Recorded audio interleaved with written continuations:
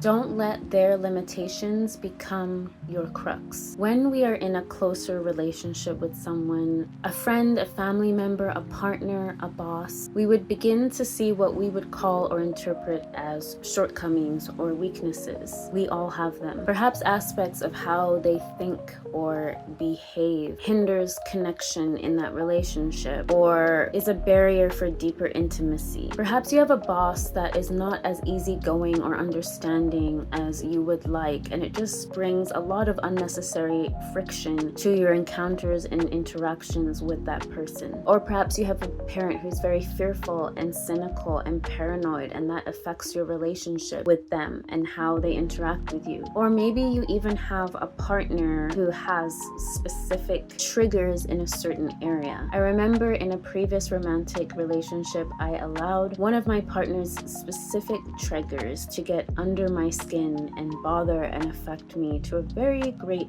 degree. I reacted in ways that overall weren't very helpful for myself, for my inner life, for my inner peace, and for the relationship as a whole. It's like he had a trigger about this particular area, and whenever he expressed it, I always went down under as well. And this way, his limitation, his shortcoming, his weakness also became my crux, my weakness, my limitation. In a way, we take on that trigger, that fear, that insecurity, that weakness. We internalize it and it becomes one of our struggles. In certain cases, maybe not all, but in certain cases, there is still a way that we can provide a barrier or distance from their limitation. So we can do this by setting boundaries, negotiating and laying out the dynamic in that relationship that works best for both people, but for you, because you're the one who's in control of your own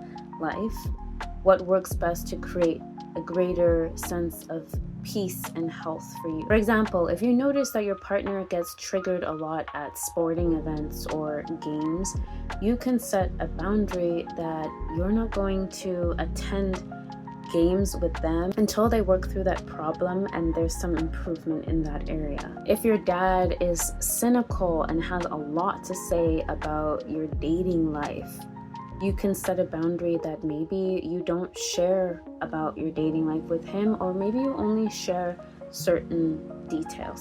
If you have a friend who is perpetually late, perhaps you set a boundary that you will only wait for them for 15 minutes and then you're out of there. Subscribe for more.